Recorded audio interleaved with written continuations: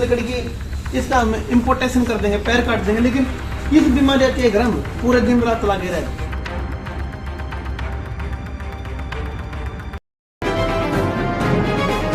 आप देख रहे हैं भारत दर्पण टीवी।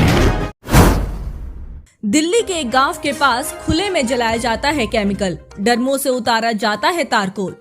आसपास की खाली जमीन में भरी, जहां कुत्ते, गाय आदि आवारा जीव जंतु होते हैं इस तारकोल के शिकार। केमिकल जलने से आसपास के पेड़ पौधों का रंग भी हुआ काला। रात के अंधेरे में लगाई जाती है आग। दिल्ली के मुख्यमंत्री व उप मुख्यमंत्री को सर्दी में जलाई गई हाथ तापने की आग तो दिखाई देती है, लेकिन इतना बड़ा काला धुआं दिखाई नहीं देता है। हो सकता है कि रात के अंधेरे में अधिकारियों को दिखाई नहीं दे, लेकिन आसपास के गांव के लोग जब इस मामले की लिखित में शिकायत दे चुके हैं, फिर भी उन्हें दिखाई नहीं दे रहा है। इससे साफ जाहिर होता है कि दिल्ली सरकार के अधिकारी जानबूझकर आंख बंद किए हैं। रियल टाइम पॉल्यूशन मापने के लिए भले ही आप कितने ही यंत्र अरविंद केजरीवाल जी तैयार करें, लेकिन इस तरह के कामों से आंख बंद नहीं करनी होगी। पूरी दिल्ली में हाथ तापने के चूल्हे इतना प्रदूषण नहीं करते जिससे ज्यादा अवैध रूप से जलाए जा रहे ये तारकोल के ड्रम कर देते हैं। पॉल्यूशन विभाग दिल्ली सरकार का है, एसडीएम दिल्ली सरकार के अधीन है।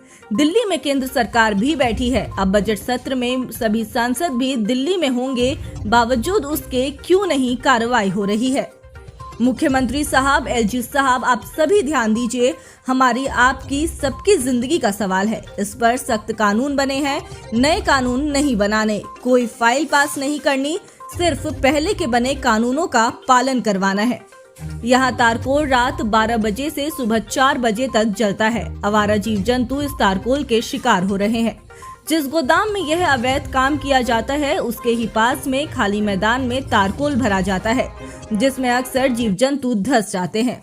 स्थानीय निवासियों का दावा है कि कई जीव जंतुओं की इस कोल में धंसने से मौत भी हो चुकी है, जो बाहर नहीं निकल पाए। इस बार दोबारा से एक गाय इस तारकोल में फंस गई, जिसे निकालने में रेस्क्यू टीम को करीब 5 घंटे लगे। गाय की हालत अभी भी खराब है क्योंकि गाय के पूरे शरीर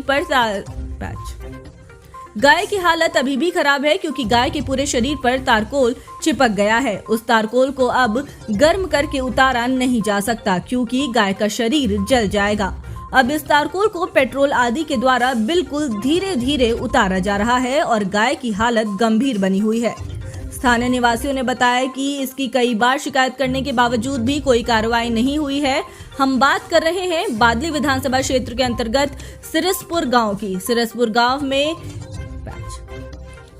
गांव से एक रास्ता हाईवे पर गुरुद्वारे की तरफ आता है। इसी गुरुद्वारा रोड पर डीडीए की खाली लैंड के पास में यह अवैध काम चलता है। यहाँ पर तारकोल के इन खाली ड्रमों को साफ किया जाता है और उस तारकोल की वेस्टेज आसपास में फैली रहती है, जिसमें कई जगह गड्ढों में पानी भरा हुआ है। जीव जंतु वहां पहुंचते हैं तो उसमें धंस जाते हैं। पास में ही स्कूल बना हुआ है जहां पर हजारों बच्चे पढ़ने के लिए जाते हैं। वहां पर पेड़ पौधों के पत्ते भी उस तारकोल के काले धुएं की वजह से बिल्कुल काले हो गए हैं, लेकिन सरकार को दिखाई नहीं दे रहा है।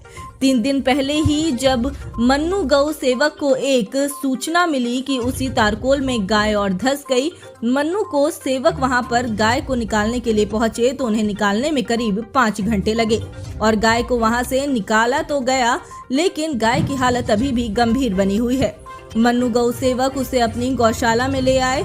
दरअसल मन्नू घायल चोटिल जीव जंतुओं की सेवा अपनी गौशाला में करते हैं। आवारा कुत्ते, नीलगाय, गौवंश, कोई भी पक्षी आदि हो, उसे मन्नू गौ सेवक अपने गौशाला में लाते हैं और उसका इलाज करते हैं। अब इस गाय का इलाज यहाँ पर चल रहा है। गाय दम तोड़ रही है, लेकिन सरकारी तंत्र सोया हुआ है। ये Sirsapur Gurudwara road DDA flat के पीछे एक तारकोल की फैक्ट्री टाइप चलती है। ये उस गड्ढे में ये जो होता है इनका वेस्टेज डालते हैं, वहाँ से हम इस गाय को निकाल के लेके आए अपने एम्बुलेंस के माध्यम से।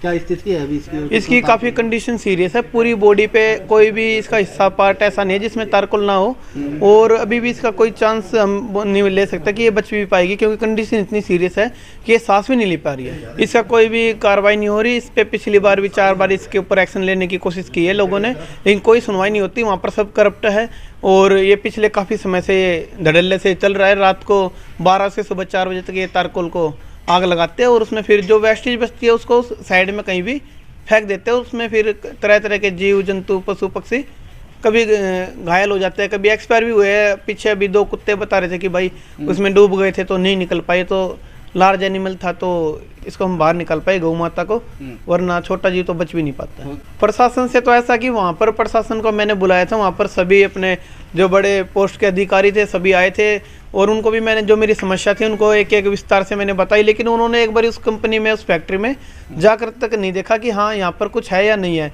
लेकिन उसके बावजूद भी मेरे से वो बहस करने लगे, और बहस होने के बाद मैंने वहाँ पर गाड़ी रोक के लगभग मेरा 4 से 5 घंटे इस गाय का ट्रीटमेंट चला। जो हमारा डॉक्टर साहब है, हमारे कृष्ण यादव जी, उन्होंने इसका इलाज करा, और साथ के साथ हमने इसकी जो सफाई थी वो भी की। अभी हमारा यही है कि भाई बराबर में स्कूल है, हमारे ही बहन बेटी बच्चे पढ़ाई करते हैं, उसमें लगभग 1000-1200 बच्चे उसमें पढ़ते हैं। 6ठी से 12वीं तक का स्कूल है। 100 फीट की दूरी पे, 100 फीट भी नहीं, बिल्कुल टच में ही स्कूल है। और वो सारा पोल्यूशन, पेड़ पे आप देख सकते हो कि पत्ते बिल्कुल काले हो चुके हैं, और ये जानलेवा है, ये बहुत घातक है। जो इसका धुआं है तो हम सांस भी नहीं ले पाएंगे। देखिए, जो भी हानिकारक कार्य हैं वो जनमानस के लिए हो या पशु पक्षी के लिए हो, वो अवैध तो है ही और गलत तो है ही हैं। ऐसा क्यों हो? देखो, आज तो इंसान अपना शोर मचा के अपने दुख को बता सकता है, सब कुछ कह सकता है। जीव वंश कोई भी हो, चिड़िया हो, पक्षी हो, या कोई गौ माता है, या कोई और पशु पक्षी है, देखो जीव वंश तो अपना नहीं बता सकता है कि मेरे को कितना दुख है। अभी एक गौ माता, मैं आज इस गौशाला में आया हूँ, गोवंश हरिधाम में आया हूँ, और ये मनु भैया जो चला रहे हैं वो सेवा कार्य कर रहे हैं अपना। वो जब वो इस दुख को देखते हैं तो मन दुखी तो होता ही है। आज इनके जन्मदिन पर मैं यहाँ आया हूँ तो मैंने देखा ये गाय जो हमारी गौ माता है इस दुख में है। देखो, ये तारकोल कोई अच्छी चीज़ थोड़ी है। इस गोवंश के जो शरीर पे लगी हुई, अगर हमारे इंसान के शरीर पे हो तो खा जाएगी उसको। इसी तरह से मैं पुनः मतलब प्रार्थना करता हूँ परमात्मा से कि इस मन्नू को इतनी हिम्मत दे, इतना हौसला दे कि वो इस जीव वंशों की जो सेवा कर रहा है उसको कंटिन्यू कर सके, लगातार कर सके। आप देखिए ना, जो आज सेवा हो रही है, ये सेवा को चलते चलते भी इतना समय हो चुका है, उसके बावजूद भी जो ये गोवंश है पूरी तरह आराम से नहीं है।